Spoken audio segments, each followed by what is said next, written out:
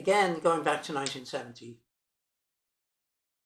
when I arrived, as I said earlier, Hale was a busy harbour with ships bringing in cargoes of timber, potatoes, probably from Ireland, and carrying away cargoes of scrap, metal. At one end of the quay, Foundry Quay, and that's its proper name, Foundry Quay, not South Quay, although everyone refers to it as South Quay now. The scrapyard by the viaduct was Ward's, which is quite a large company. They had contracts to dismantle many of our post-war ships which were no longer required for military use. So it was a big company. Sometime later, another company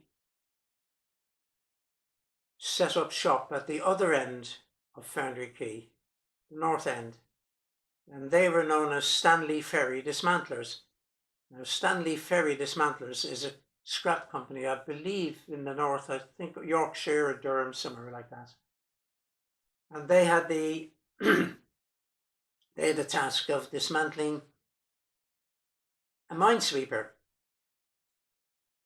which was very worthwhile because it was entirely clad in hardwood, mahogany planks, over a skin of aluminium. Plus, of course, there is lots of non-ferrous metals on the vessel. The manager of that company, a Mr. Thatcher, who is probably no longer with us because this was a long time ago, managed from the proceeds of the sale of the scrap to buy a house in Angarrick, I believe a near new house.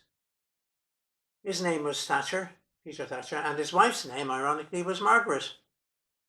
However, this was before the Margaret Thatcher we know was elected to government.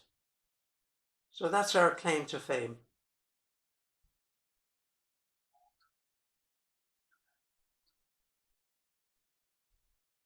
So I'm sorry.